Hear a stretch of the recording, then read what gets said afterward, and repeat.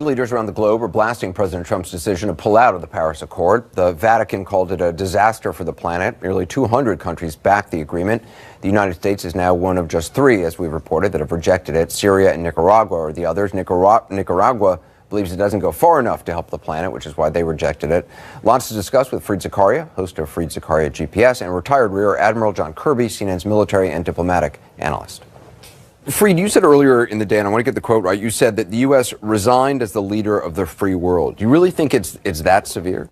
I think symbolically it's that important because since 1945, the United States has been the leader in organizing coalitions to deal with global problems, global challenges, whether there was security or military or problems of even things like pandemics.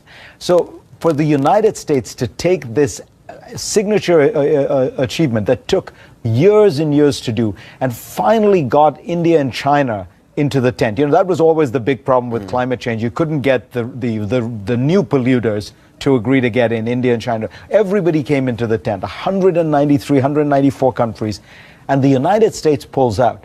It's a pretty big blow, and I don't think you can sugarcoat it. I've talked to European officials, and they all view it very much in that light. Admiral Kirby, you heard Fareed. How much damage do you think this decision does to America's relationship with key overseas allies, or what message it sends? I think it will do significant damage, Anderson, and you have to also, remember, keep in perspective not just today's decision, but what the president did in Brussels and in Sicily last week. I mean, this is a pattern now of abrogating U.S. leadership and U.S. responsibilities on the global stage, and this is the next big piece of that. I do think it's significant. You've already seen comments made by so many European and other leaders around the world saying that regardless, they're going to move on. They're disappointed by this, but they're going to move on, and they're going to enact the measures of the agreement going forward, with or without us. And I think that really is a sad state of affairs for the United States of America. You know, there has been pushback about this, Fareed, saying, look, people said this about the Kyoto Protocol in 2001, the U.S. pulling out of that. People said it was the U.S.,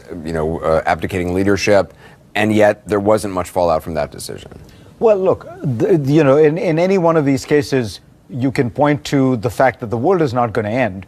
But the fact that we were not a leader in Kyoto was in many ways a lost decade for the United States. And countries like Germany moved to the lead in green energy. That's one of the reasons Germany, which is not a particularly sunny country, has a huge solar industry. It was because the United States stepped back for a period. And that's part of the issue here that we need to talk about, which is these are the industries of the future. The world is going to have clean energy. It's absolutely clear.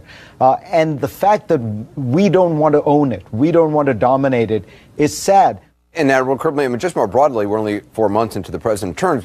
He's rubbed NATO the wrong way. The Chancellor of Germany says Europe really can't depend on the U.S. like they used to be able to. Now with this decision on the climate accords, it is sort of remarkable to have a president who's upsetting the apple cart in such a dramatic way. Although, I guess his supporters will say, well, look, he came to change things. Right. I mean, there's people that will support what he's done here, and he certainly has played to his base. There's no question about that. And I mean, he's already got his own accolades coming in on this. But I think it fundamentally rejects a simple understanding that every president since the end of World War II has had, which is America has a special responsibility on the global stage, not just to be a partner, but to be a leader. When I hear President Trump talk about the United States sometimes, it's like he talks about us like we're just an average country. He talks about unfairness like he did today, and paying your fair share and all the burdens of just being one of the club. We never have been, or at least not since World War II, and we shouldn't try to be. We do have special responsibilities because we are a great nation, because we are so powerful. We are the leading technology state in the world, and that needs to stay the course. If we give up that lead, if we abdicate this to other nations like China, then not only will our economy suffer, as Fareed so rightly points out, but we won't have a say-so in the accountability and measurement standards going forward. And I can guarantee you, China is ready and willing to lead on this, and they won't do it transparently. It's interesting because Democrats haven't really made the economic argument on this as much as I think some Democrats, Van Jones has talked about that he would like them to, that this is just in terms of the future and having the U.S. be in the forefront of this business, this is a loss. So solar jobs alone in the U.S. are more than all jobs in oil, coal, and natural gas put together already. Solar jobs grew 25% last year, and that's just solar. That doesn't include wind. That doesn't include, battery power. So, you're exactly right. I think we've lost the ability to talk about it just, first of all, objectively, as the industries of the future that they are. And the Democrats have lost the opportunity to talk about this as a growth opportunity, as an opportunity to really seize the future. The environment has always been seen as a little bit like broccoli. You have to do these things because it's good for the world.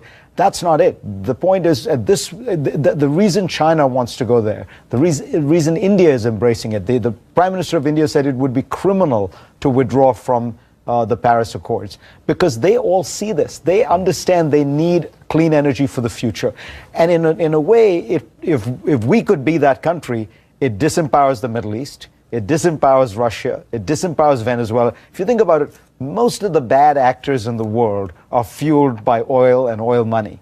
If the United States could replace those, become the next energy superpower, it also changes not just economics and provides jobs, but it also changes geopolitics. Fareed Zakaria, thanks very much. Admiral Kirby as well. Thank you.